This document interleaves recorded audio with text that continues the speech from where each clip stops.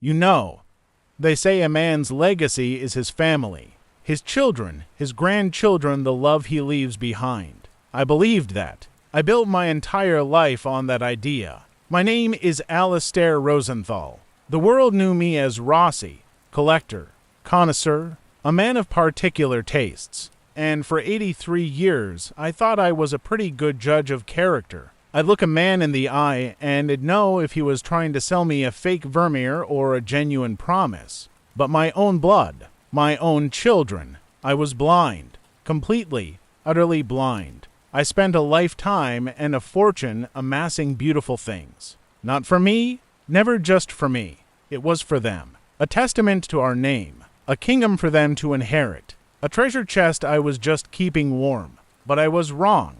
Dead wrong. That treasure chest, it wasn't a gift. It was a curse. My curse. And I laid it right at their feet with a smile on my face and love in my heart. It all started the day after the funeral. My funeral. Oh, don't worry, I'm not a ghost, not in the traditional sense, anyway. But in that lawyer's office, as my children and my sweet grandson Kyle listened to my last will and testament, that's when the man I was truly died and this new existence began. You see, it arranged for a few special provisions. A series of recorded messages to be played at key moments. This podcast you're listening to right now. It's the first of them. The trigger. They've just heard the will. And now they hear me. I can picture them there. My eldest, Richard, with his pinstriped suit and a face like a thundercloud, just waiting for the reading to be over so he can get back to his mergers and acquisitions. My daughter, Eleanor, perched on the edge of her chair, her designer dress probably costing more than the lawyer's entire sofa, her mind already calculating the auction value of my Picassos. And then there's Kyle, my boy, my grandson, only 22, sitting slightly apart, his hands clenched between his knees, his eyes red raw from crying. He was the only one who actually seemed to be mourning the old man and not just anticipating the new wealth. The lawyer, a dry little man named Higgins, finished reading the dry, legal language. The estate, the properties, the liquid assets all divided neatly, fairly. I saw Richard's shoulders relax. Eleanor let out a tiny, almost imperceptible sigh of relief. The boring part was over. Now for the main event. And now, Higgins said, adjusting his spectacles, we come to the collection. You could feel the air in the room shift. It got heavier, hungrier. The entirety of my collection of art, antiquities, and rare artifacts, Higgins read, his voice echoing in the wood-paneled silence, including but not limited to the paintings, the sculptures, the first edition manuscripts, the vintage automobiles, and the Apollo-era lunar module guidance computer. Yes, we know what's in it. Higgins, Richard snapped, his patience worn thinner than a pauper's shoelace. Get on with it. Who gets what? Higgins looked up, his eyes cold behind his glasses. That's just it, Mr. Rosenthal. The collection does not get divided. It does not get who gets what. Eleanor sat up straighter. What do you mean? Father would never. He knew I adored the Monet water lily. He promised me. Promises made over brandy are not legally binding. I'm afraid, Higgins said, not unkindly. The collection is bequeathed in its entirety to all three of you, jointly. Richard, Eleanor, and Kyle. A joint smile started to form on their faces. A shared fortune is still a fortune. But then Higgins continued, on one condition. And there it was. The hook. One wish I could have seen their faces. It paid a discreet cameraman a small fortune to be hidden in the bookshelf, just so I could watch it later. Macabre? Perhaps. But after what I learned, I felt it earned a little morbidity. The Alistair Rosenthal collection, Higgins read, his voice taking on a deliberate, rehearsed rhythm, must remain completely intact. It is never to be sold, not in whole nor in part. It is to be kept on public display in its purpose-built gallery, the Rosenthal Pavilion, which is also part of the estate. It must be open to the public a minimum of 6 days a week. And this state of affairs must be maintained in perpetuity. The silence in the room was absolute. I could imagine the gears grinding in Richard's head, doing the math he hated to do outside of a corporate balance sheet. It was Eleanor who broke the silence, her voice a sharp, disbelieving laugh. That's absurd. The insurance alone on that collection it's astronomical. The security, the climate control, the staffing. It's a money pit. A beautiful, priceless money pit. Precisely, Higgins said. The estate provides a trust fund to cover these costs for the first 5 years. After that, the financial responsibility falls to you, the beneficiaries. Richard finally found his voice, and it was low, dangerous. Let me get this straight. Hayes left us $1 billion worth of assets that we can't touch, that we have to pour millions of our own money into every year just to keep. Is that what you're telling me? In essence, yes, Higgins said. If you violate any of these terms, if you sell so much as a single sketch, if you close the doors to the public for more than the allotted time, the entire collection is immediately forfeit. It will be seized by a charitable foundation and you will receive nothing. And that's when the real show began. Hayes punishing us. Richard roared, exploding out of his chair and sending it screeching back on the polished floor. From beyond the grave, the miserable old bastard is punishing us for not being his perfect little heirs, for having our own lives. Eleanor was cooler, but her voice was laced with a venom I'd never heard from her before. It's not punishment, Richard. It's vanity. It's his name. He cares more about his legacy, his name in a museum brochure, than he does about our futures. My future. And then little Kyle spoke up. His voice was quiet, trembling. Maybe it's not that. Maybe he just wanted to share it, all of it, with everyone. He always said beauty belonged to the world. The look they gave him. Oh, Kyle, my sweet, naive boy. I felt my heart break for him listening to the recording. I could feel the heat of their scorn through the audio. Spare us the childish idealism, Kyle, Eleanor spat, not even looking at him. This isn't one of grandfather's bedtime stories. This is business. Ruinous business. She's right, Richard snarled, pacing like a caged tiger. Hayes crippled us. We're shackled to this mausoleum. We'll be bankrupt in a decade. This isn't an inheritance, it's a life sentence. That was the moment. The moment I knew it'd been right to make my plans. They didn't see the beauty. They didn't see the history, the passion, the sheer wonder of what I'd gathered. They saw a balance sheet, a faulty one. And then Higgins cleared his throat. There's one more thing. They froze. What could possibly be left? Your father stipulated that upon the conclusion of this reading, you were to be played a private recording. He said it would explain his reasoning. He pressed a button on a small player on his desk, and my voice, the one you're hearing now, filled the room for the first time. Hello, children, my recorded voice began. It practiced this speech 100 times. I wanted to sound calm, authoritative, loving, even, but listening back, I can hear the tremor of profound disappointment underneath, the heartbreak. If you're hearing this, I am gone, and you have just learned the terms of my final will. I paused, letting the weight of it settle on them. I know you might see this as a burden, but I implore you to see it as I do, as a sacred trust. This collection is not merely objects. It is my life's work. It is our family's story. To break it up, to sell it off piece by piece to private collectors who will lock it away in vaults that would be a tragedy.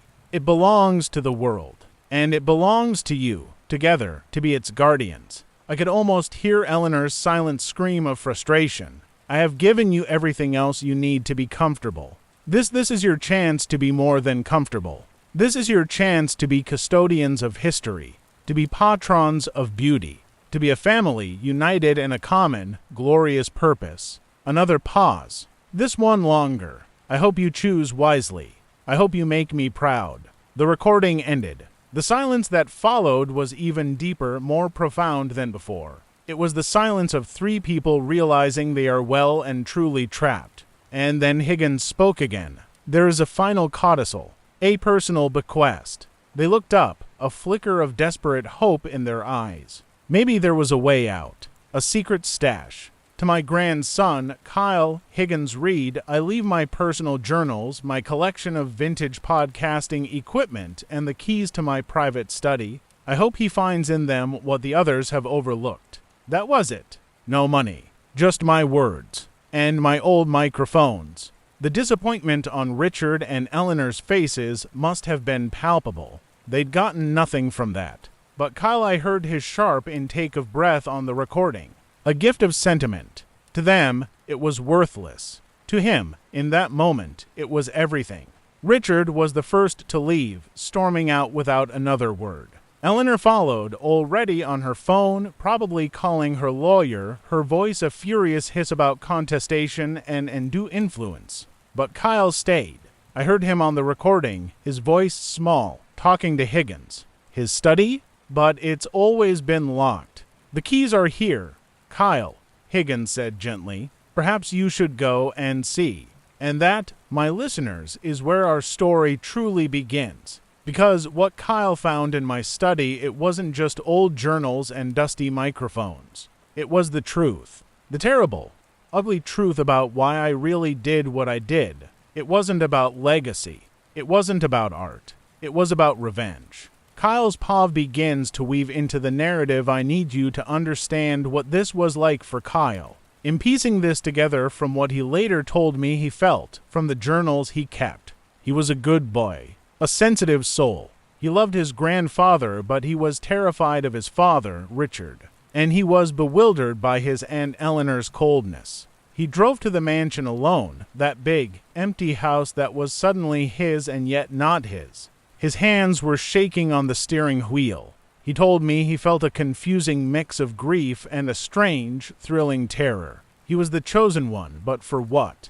He felt like had been handed a treasure map, but he was afraid of what he might find at the end of it. He used the heavy, old iron key to unlock the study door. It creaked open on hinges that hadn't moved in years. The room smelled of lemon oil, old paper, and me. My pipe tobacco, my cologne. It was like walking into a memory.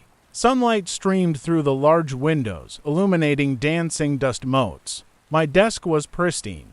The journals were lined up on the shelf, hundreds of them, bound in leather, each one labeled with a year. And on the desk, the podcasting equipment. A beautiful, vintage microphone, a mixer. Headphones? It looked like a radio station from the 1940s. I loved it. He sat in my worn leather chair. It sighed under his weight.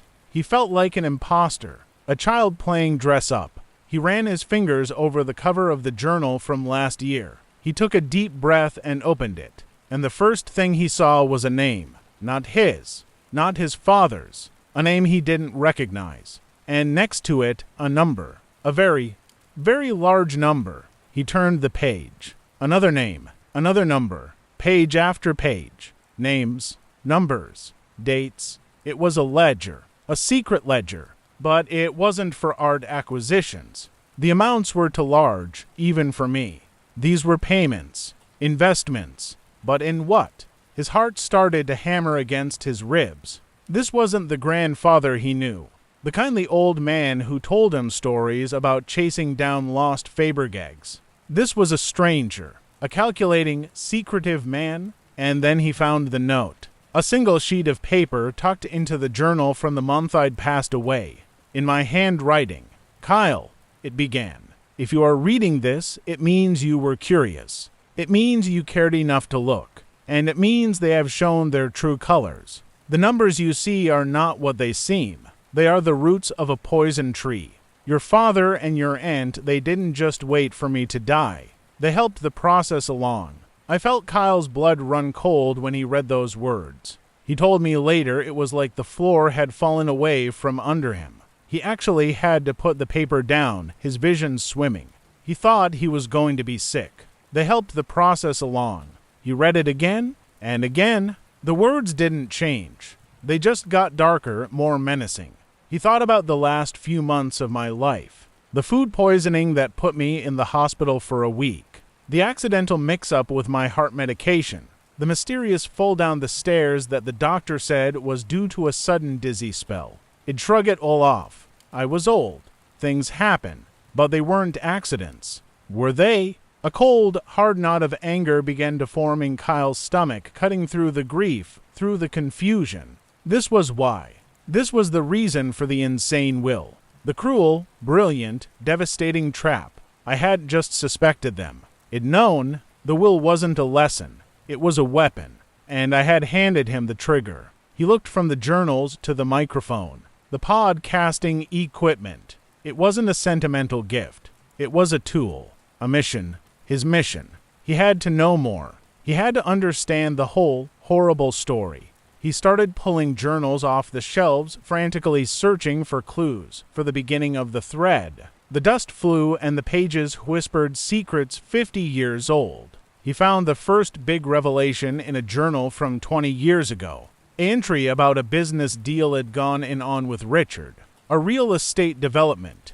It invested millions. It was supposed to be his big break. His chance to prove himself to me.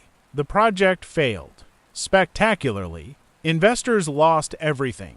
But according to my notes, Richard had secretly siphoned funds out before the collapse. Had saved his own skin and let me and the others take the fall. I decovered the losses for the other investors to save the family name. It never confronted him. It'd written it off as his ambition outstripping his competence. A mistake. But it wasn't a mistake.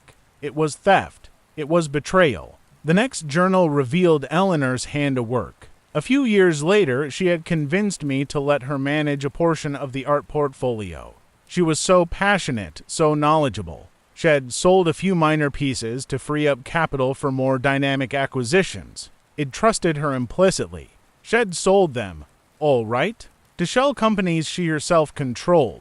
She had faked the sales, reported a lower price to me, and pocketed the difference. She had been stealing from me for years, using my own collection as her personal bank. It'd written in the journal, my handwriting shaky with a hurt that still felt fresh to Kyle. Eleanor came by today, talking about a stunning Frida Kahlo sketch she'd found.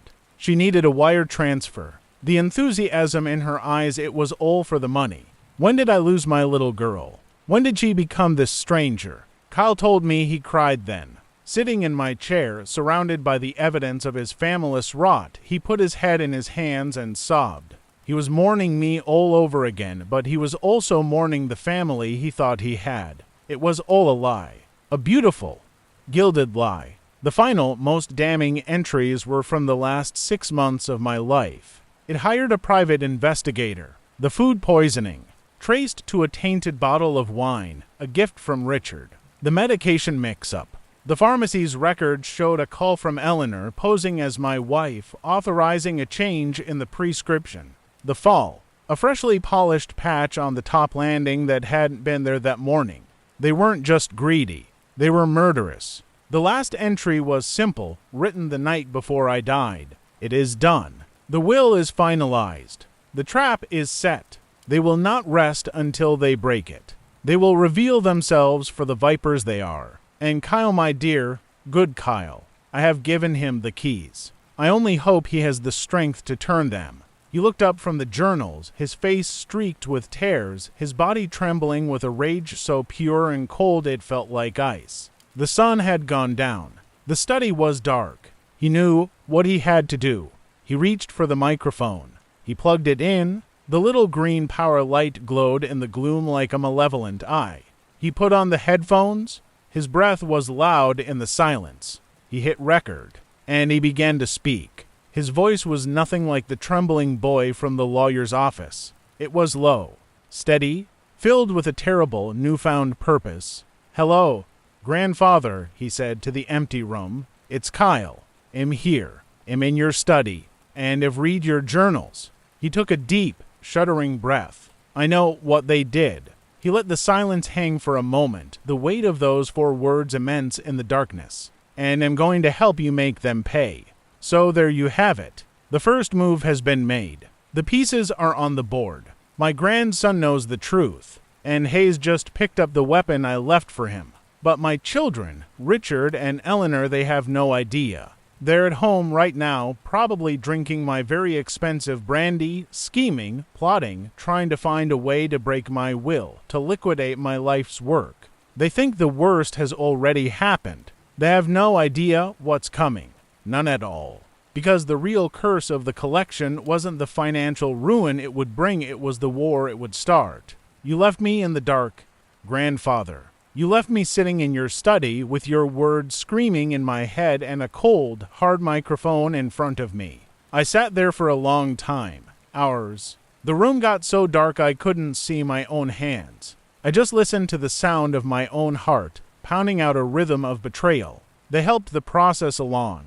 I felt I don't know what I felt. It wasn't just anger. It was like the whole world had been a painting, a beautiful, familiar masterpiece I'd looked at my whole life, and someone had just thrown a bucket of acid on it. Everything was melting, twisting, revealing the ugly, cheap canvas underneath. My father, my aunt, they weren't who I thought they were. They were monsters. And the worst part? The part that made me feel like I was going to vomit right there on your pristine Persian rug.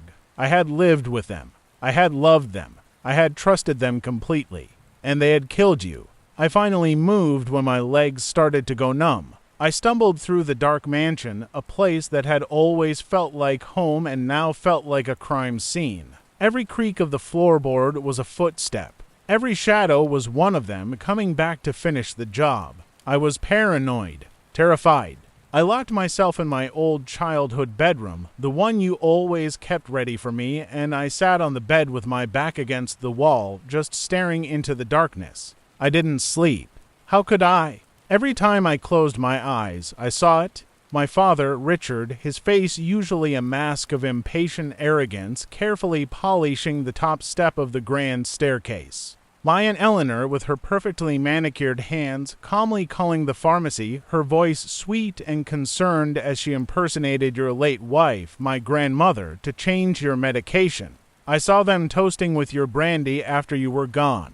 I saw the greed in their eyes in that lawyer's office. It was all so clear now. It wasn't shock on their faces. It was fury. Fury that their plan had worked, but their payoff had been sabotaged. The sun came up. The light didn't make it any better. It just illuminated the dust on the furniture, the emptiness of the house. I was alone with this truth. This horrible, crushing truth. I had to go back to the study. I had to hear your voice again. I had to understand the full scope of it. This wasn't just about a failed business deal or some embezzled art sales. This was about murder. I went down to the kitchen first. My hands were shaking so bad I could barely pour a glass of water. That's when I saw it. The landline phone on the wall had a light blinking. Voicemail. I pressed the button with a trembling finger. Kyle, it's your father. His voice was sharp, clipped. No, son. No, how are you holding up? Just business. We need to have a family meeting. Today. Noon. At the pavilion. Don't be late. We need to discuss a unified strategy regarding this situation your grandfather has left us. A unified strategy. I almost laughed. The only thing we were going to unify on was our mutual destruction. The next message followed immediately. Eleanor's voice, syrupy sweet, layered over with a venomous concern. Kyle, darling, it's Aunt Ellie. I'm so worried about you, all alone in that big, empty house. It's not healthy. We're all in this together, my love.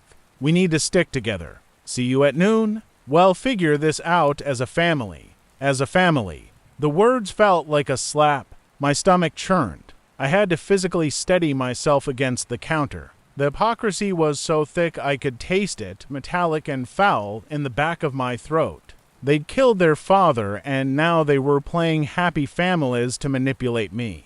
Was I next? Was I just another obstacle in their path to the money they felt was theirs? Fear curdled into something else then, something harder, something determined. You were right, grandfather. You gave me the keys, and I was going to use them. I went back to the study. This time, I didn't just look at the journals. I started to dig. I opened drawers. I felt for false panels. I looked behind paintings. You were a collector of secrets as much as you were of art. You would have had proof. Concrete proof. The private investigator's reports. Something. I found it in the last place I looked. Of course, because you were a dramatic old man, weren't you? It was taped to the underside of the same desk drawer where you kept your favorite fountain pen. A small and marked USB drive. My hands were sweating as I plugged it into my laptop. The little icon appeared on the screen. I double-clicked. There were folders. Dated folders. Inside were PDFs, scanned documents, photographs, and video files. I opened the most recent one. It was from a security camera. Your security camera. In your own bedroom. The footage was time-stamped from the night of your fall. It was a wide angle showing your bed and the door to the hallway. You were sleeping. The door opened slowly. So slowly. No light came on. A figure slipped in. Dressed in dark clothes, they moved with a chilling, deliberate silence. They didn't approach the bed. They went to your bedside table. They opened the drawer where you kept your heart medication. They had a small bottle in their hand. They switched it with the one in your drawer. Then they turned to leave.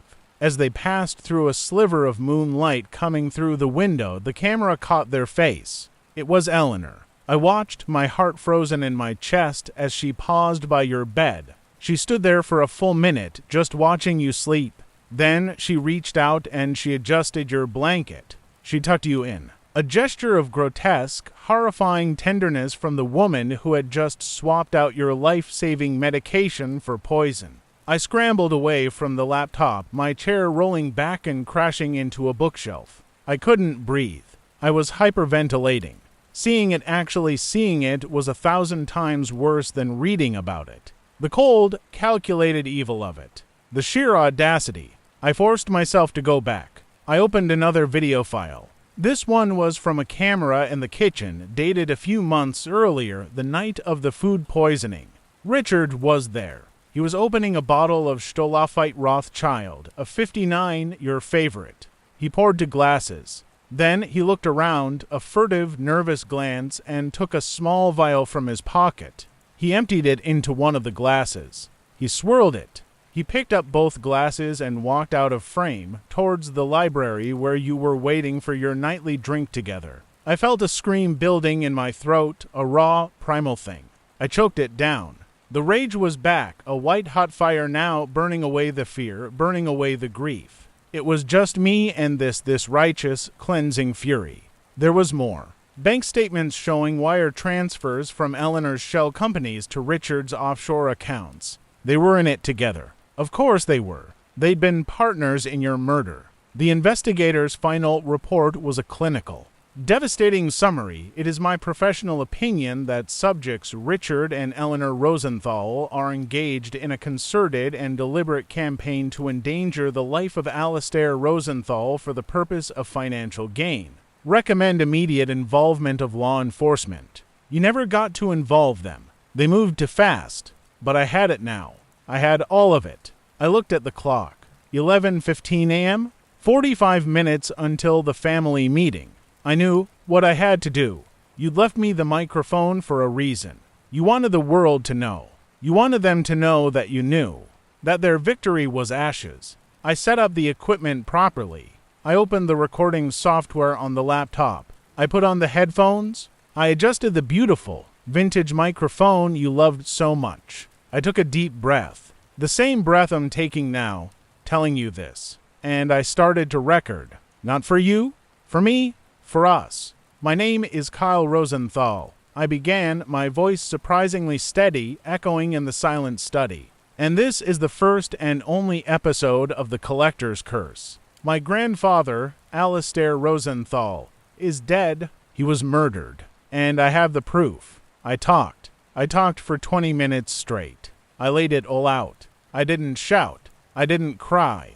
I just stated the facts, cold and hard as diamonds. I described the entries in the journals. I detailed the failed business deal, the stolen art. And then I described the videos. I described watching my aunt swap your medication. I described watching my father poison your wine. They're meeting me today at noon, I said, my voice dropping to a whisper, at the Rosenthal Pavilion. They think we're going to discuss how to break my grandfather's will. They have no idea I know the truth. This recording, it's my insurance policy. If anything happens to me, it gets released to the world. I saved the file. I uploaded it to a cloud server with a timed release set for 3 p.m. that afternoon. If I didn't log in and stop it by 2:59 p.m., it would automatically blast out to every major news outlet, podcast network, and social media platform I could think of. I was setting a trap of my own. I was walking into the lion's den with a detonator in my hand. I drove to the pavilion. It's a beautiful building. Grandfather, you'd have been proud. All glass and light, designed to show off your treasures to the world. The Monet water lily seemed to shimmer under the perfect gallery lighting. The first edition of The Great Gatsby sat in its hermetically sealed case. It was a temple to beauty, and I was about to desecrate it. They were already there. Richard was pacing in front of a case holding your collection of Renaissance-era astronomical instruments. Eleanor was sitting perfectly still on a velvet bench, staring at the Picasso the one Shed tried to steal from you. They both turned as I walked in. Their faces were masks of concern. It was nauseating. Kyle, Eleanor said, rising and opening her arms as if to hug me. Darling, you look terrible. You didn't sleep, did you? This is all so much for you to handle. I sidestepped her embrace. I couldn't bear her touch. Am fine. Richard stopped pacing and fixed me with his best CEO stare. Good. We need you clear-headed. We don't have time for emotional theatrics. We have a crisis to manage. A crisis, I repeated, my voice flat. Yes, a crisis. He snapped, his patience already gone. This insane Will. Hayes left us holding the bag, Kyle. The insurance premiums for this place are its criminal. Welby bled dry. Eleanor nodded, her expression one of pained sympathy. It's not what he would have wanted deep down. He loved us. He was just confused at the end. His mind was going. We all saw it. That's why we have to do what's best for the family. We have to contest this. Contest it on what grounds? I asked, playing dumb. I wanted to hear them say it, and to influence. Richard said, the lawyer, Higgins, he must have manipulated him. Or he wasn't of sound mind. Well, get doctors to testify. Well, say the pressure of maintaining the collection, the stress, it made him irrational. Irrational, I said, looking at the Picasso. To want to keep his life's work together. To share it. How irrational.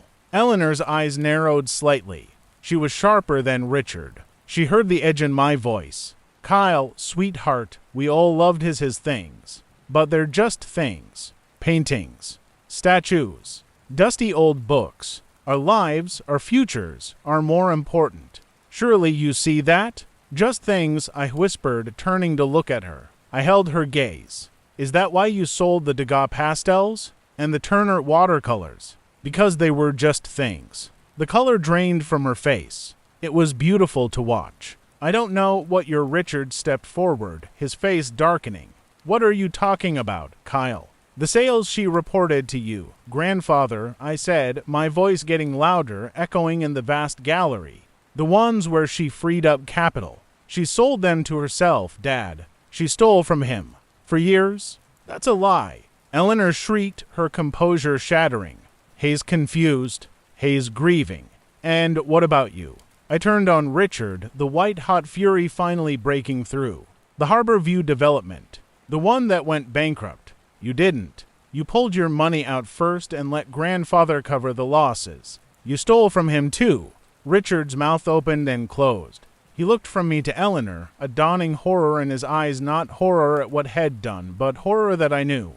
Where are you getting this? Did that snake Higgins put you up to this? What did he tell you? Grandfather told me, I said, my voice cold and hard. He left me his journals. All of them. He knew everything. The silence that fell was absolute. The kind of silence that exists in a vacuum.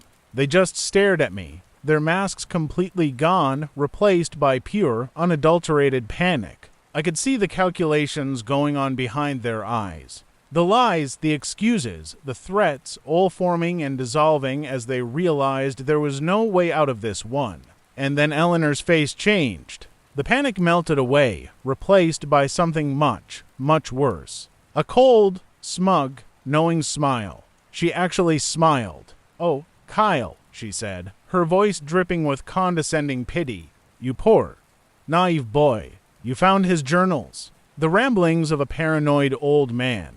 A man who was losing his grip on reality.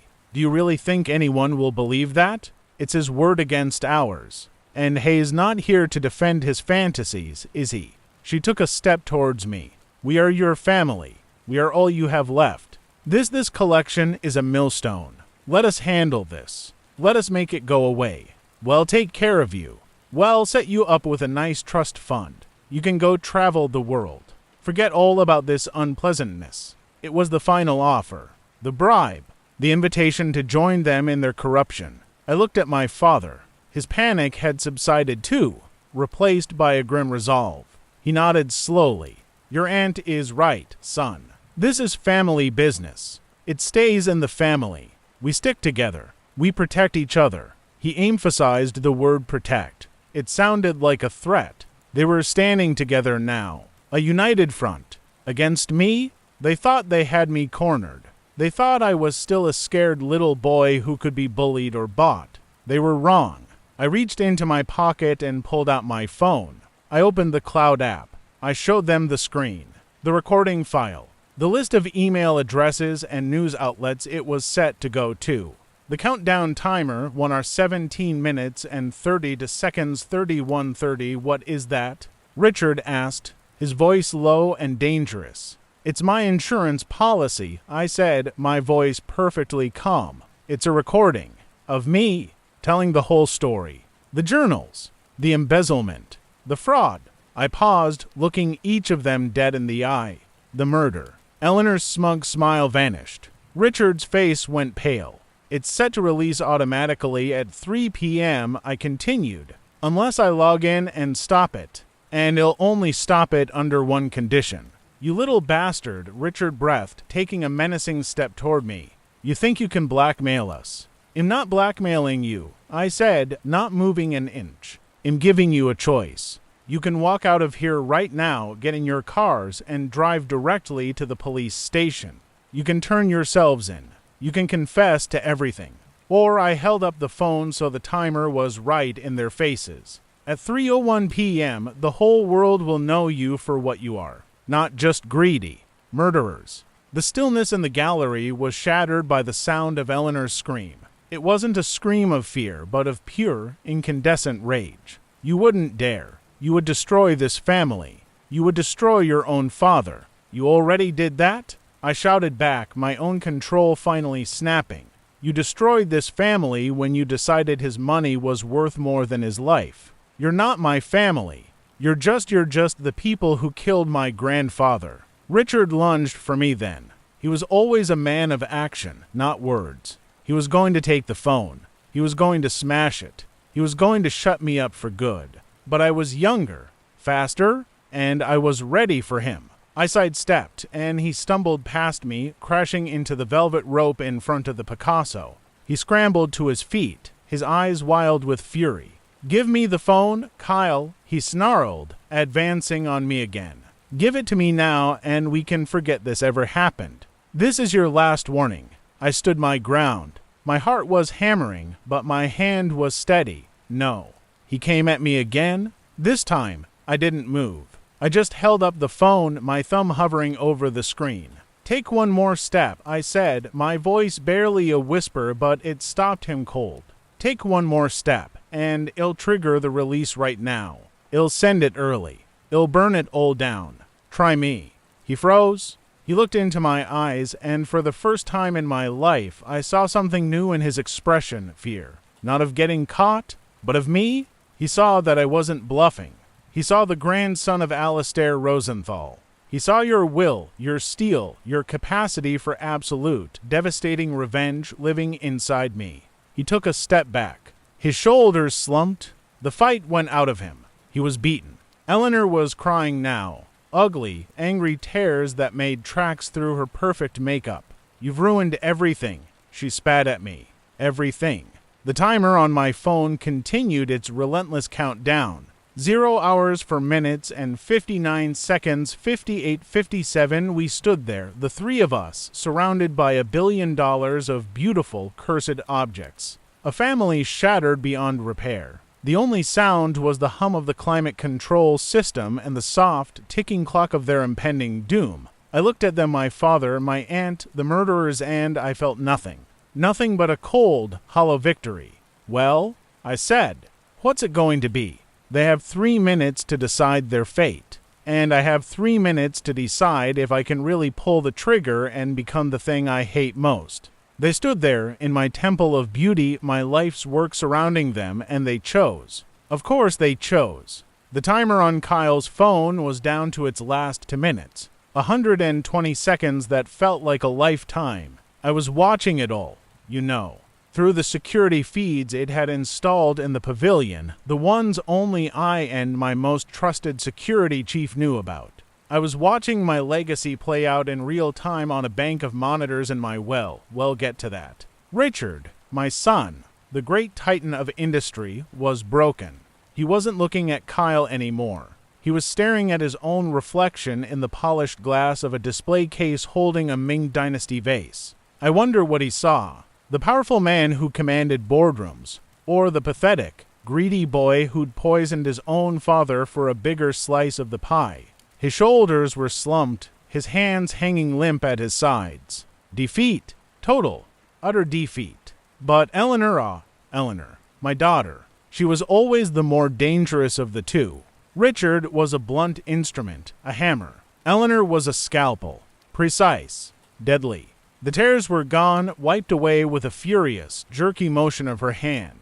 Her face was a cold, hard mask. She was thinking, calculating. The gears were turning, looking for any angle, any way out. You think this is justice, Kyle, she said, her voice low and steady, devoid of all the false sweetness now. It was the real her. The core of ice I'd always suspected was there. You think sending us to prison, dragging the Rosenthal name through the mud, destroying everything your grandfather built, you think that's what he would have wanted? He wanted you to stop, Kyle said, his voice shaking with the effort of holding his ground. I could see his knuckles were white where he gripped the phone. He gave you a chance to do the right thing. You're the ones who chose this. He was a sentimental old fool. She snapped, the mask slipping for a second, revealing the raw hatred beneath. He cared more about these things than he did about his own flesh and blood. He loved this collection more than he loved us. Maybe he just loved it differently. Kyle fired back. Maybe he thought you were better than this. Maybe he believed, right until the very end, that you had a shred of decency left in you. He was wrong. The timer ticked below a minute. 0 hours 0 minutes and 59 seconds 58. Richard finally spoke, his voice a hollow rasp. Eleanor, it's over. She whirled on him, her eyes blazing. It is not over. We are not walking into a police station. We are not spending the rest of our lives in a cage for that old man. What choice do we have? He pleaded, and he sounded like a child. The little boy who'd come to me once, crying because had broken a window with a baseball. I'd forgiven him then. There was no forgiveness left for this. We have every choice. Eleanor screamed, her voice echoing through the cavernous gallery. We take the phone from him. We delete that file. We deal with him. She jerked her head toward Kyle, and the meaning in her eyes was unmistakable. Final. Permanent. A cold dread, colder than any had felt in death, washed over me. She was going to do it. She was going to push Richard to the ultimate sin. Not just patricide, but filicide. To kill her own nephew. To wipe out the only good thing left in our wretched bloodline. Kyle heard it too. I saw him take an involuntary step back, his bravado cracking, the raw fear returning. He was just a boy against 2 wolves. Dad, Kyle said, the word a desperate plea. Don't listen to her. Richard looked from his sister's furious, determined face to his son's terrified one. The battle inside him was visible, a war between the last vestige of a soul and the bottomless pit of his greed. The timer was at 30 seconds. Hell destroy us, Richard. Eleanor hissed. Hell destroy everything. It's him or us. Make a choice. And he did. My son, my firstborn, made his choice. He turned to Kyle and his face settled into a grim, horrifying resolve. I'm sorry, son, he said, and he took a step forward. That was it. The line was crossed. Kyle's eyes widened in terror and a betrayal so profound it seemed to physically stagger him. He backed away, fumbling with his phone. Stay back, he yelled, his voice cracking. I'll do it. "I'll send it." "You want?" Richard said, and he lunged. It was chaos. Kyle turned to run, but Richard was on him, grabbing for his arm, trying to wrestle the phone away. They crashed into a pedestal holding a small, exquisite marble statue by Kanava. It teetered, then fell, shattering on the hard floor into 1,000 pieces. $1 million gone. A masterpiece destroyed. Neither of them even noticed. Eleanor didn't help.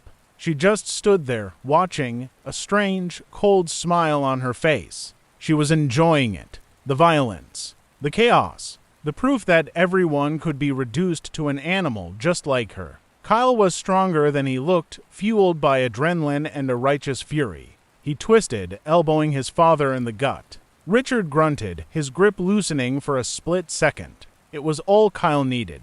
He broke free, stumbling backward, holding up the phone. "I'm sending it," he screamed, and he tapped the screen.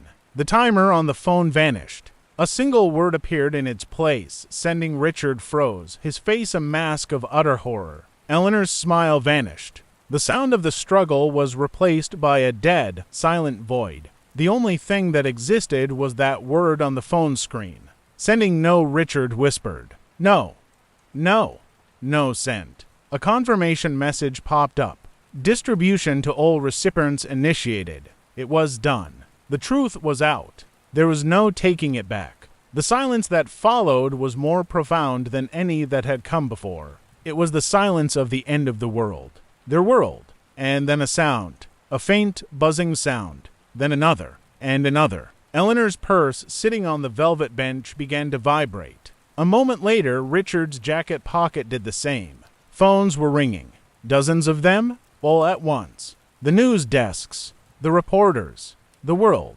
It had begun. Richard slowly sank to his knees amidst the shattered pieces of the Kanava. He didn't make a sound. He just knelt there, broken. Eleanor stared at her buzzing purse as if it were a venomous snake. Her cold calculation was gone, replaced by a dawning, helpless terror. She was smart enough to know what came next. The police. The trial. The headlines. The life sentence. She looked at Kyle, and for the first time, there was no hatred, no calculation. Just a hollow, empty despair. "What have you done?" She breathed, not as an accusation, but as a genuine, bewildered question. Kyle was breathing heavily, his chest heaving. He looked down at his father, crumpled on the floor. He looked at his aunt, her empire of lies collapsing around her. He looked at the phone in his hand, the instrument of their destruction. And he started to cry. Not tears of victory, tears of grief. For the family had just destroyed. For the grandfather had lost. For the boy he used to be, who had died here today, right along with them. He turned and ran. He ran out of the pavilion, leaving them there amidst the ringing phones and the shattered art. He ran to the only place he had left. To me, I wasn't in a crypt, you see. I wasn't in a grave. I was in my final, greatest collection. My masterpiece of deception. It built it over a decade. A perfect replica of my study deep beneath the pavilion itself. A bunker, soundproofed, climate-controlled, with its own power, its own internet, a wall of monitors hooked into every camera in the house, the pavilion, the grounds. A life-sized diorama of my old life, down to the last detail. The same books, the same desk, the same smell of lemon oil and tobacco. I'd known for a long time that they were coming for me. The private investigators' reports were the final confirmation. So I made my plan. I found a look-alike, a sick, homeless man with no family, dying of cancer. I gave him a comfortable, painless end in my bed with the promise of a generous donation to the shelter that had taken him in. A final, macabre acquisition to complete my collection. The fall was staged. The food poisoning was a mild illness I faked. The medication switch. Eleanor did switch it. But my loyal housekeeper, the only other person who knew, switched it back. It'd been playing them for months, letting them think they were winning, letting them get overconfident. The funeral was for a stranger. The body in the casket wasn't mine. I was down here, watching it all, waiting. The door to the bunker hissed open. Kyle stood there, silhouetted in the light from the corridor. He was pale, shaking, his eyes wild. He saw me sitting in my leather chair in the exact replica of the study had just left upstairs. He didn't scream. He didn't faint. He just stood there, his mind unable to process what it was seeing. A ghost, a hallucination. "Hello, Kyle," I said, my voice gentle. He took a stumbling step forward. "Grandfather." The word was a choked whisper. Is it really you?" "It's really me," I said. "Come in, my boy. Sit down. You look like you've seen a ghost." He moved like a sleepwalker, collapsing into the chair opposite me. He stared, his eyes drinking me in, the reality of me slowly dawning on him. And with that reality came a torrent of emotions. Relief, joy, confusion, and then a terrible, dawning anger. "You're alive," he breathed. "All this time you've been here. You were watching." I was. You let me believe you were dead. You let me go through that. You made me he couldn't finish." The horror of what had just done what it made him do was crashing down on him. "I made you their executioner," I said, finishing the thought for him. I didn't sugarcoat it. He deserved the truth. All of it. Yes, I did. Why? The word was a raw wound. Why would you do that to me? I loved you. I mourned for you. And you were down here, watching it all like it was a game. "It was never a game, Kyle," I said, my own voice hardening. "It was justice. And justice is messy. It's ugly. If I had just exposed them myself from beyond the grave, it would have been a scandal. They would have hired lawyers, spun stories, pleaded insanity. They might have gotten away with it. They might have kept the money, the status, the power. This way. There was no doubt. The world heard it from you. The heartbroken grandson. It was incontrovertible. It was perfect." He shook his head, tears streaming down his face anew. "You used me? You manipulated me just as much as they did. I gave you a choice," I said. "I gave you the keys. I gave you the truth. You could have chosen to do nothing. You could have taken their bribe, gone traveling, lived a life of luxury funded by my murder. You chose not to. You chose to stand up. You chose to be the man I knew you could be."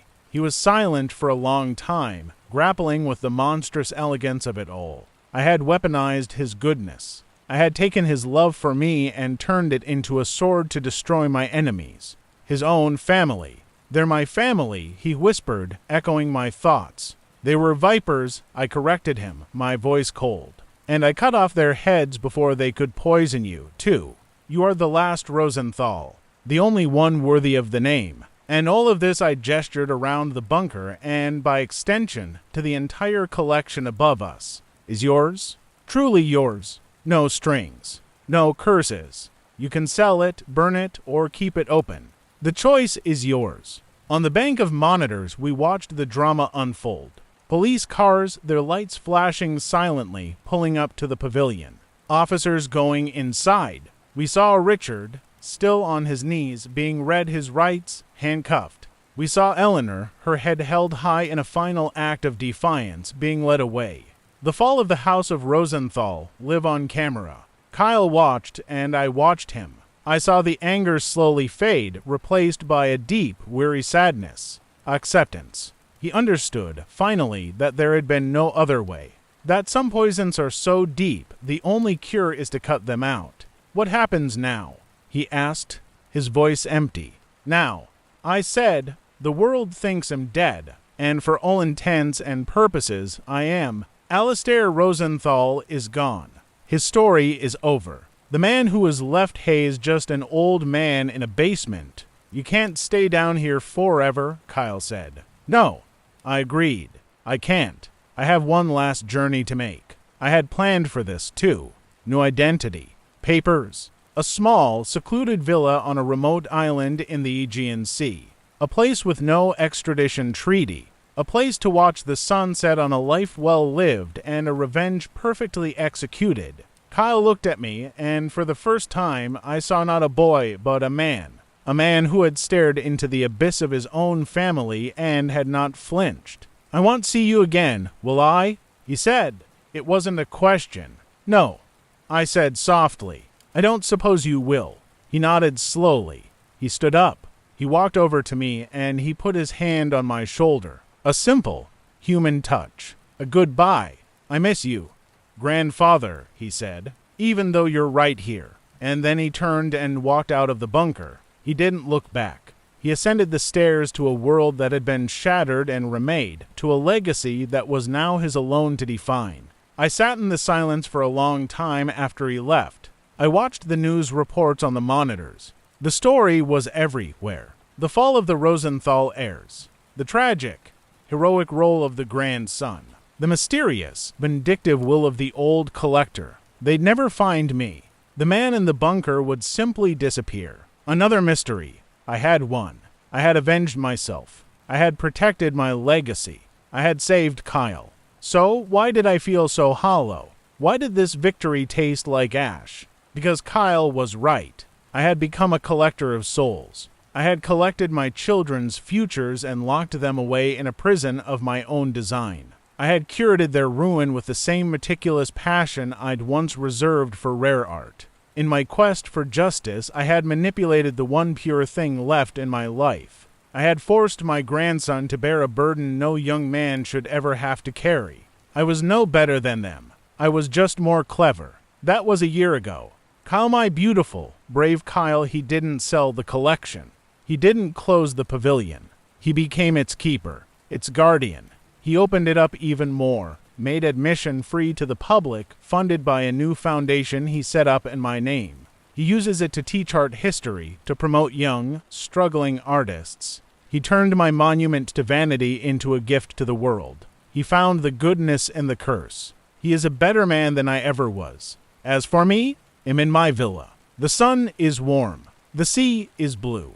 I have everything I need. And I am utterly, completely alone. I spend my days listening to the news. Richard and Eleanor were convicted. Life sentences, no parole. They never spoke a word in their own defense. What was there to say? Sometimes I listen to the podcast Kyle made. That one, raw, devastating recording. I listen to the pain in his voice, the love, the betrayal. I listen to it over and over again like a man scourging himself. This recording you're listening to now, this is my final confession, my last will and testament of the soul. I've uploaded it to the same server Kyle used. It will be released after my death, a final piece of the puzzle for the world to find. So now you know the whole story. The story of grandfather Rossy, the collector, the vengeful ghost, the fool. I thought I was crafting a perfect revenge, a timeless masterpiece of justice, but I was wrong. Dead wrong. All I did was prove that the most valuable things in life, trust, love, family, are the easiest to break. And once broken, they can never, ever be restored. No matter how clever you are, no matter how rich, no matter how righteous you feel, you can't put them in a glass case and protect them. You can only cherish them while you have them. And I had it all. And I threw it away for the satisfaction of winning. So let my story be a warning to you, to all the collectors out there. Be careful what you covet. Be careful what you seek to possess. Because some curses aren't inherited. They're crafted with love and with hate and with perfect, terrible precision.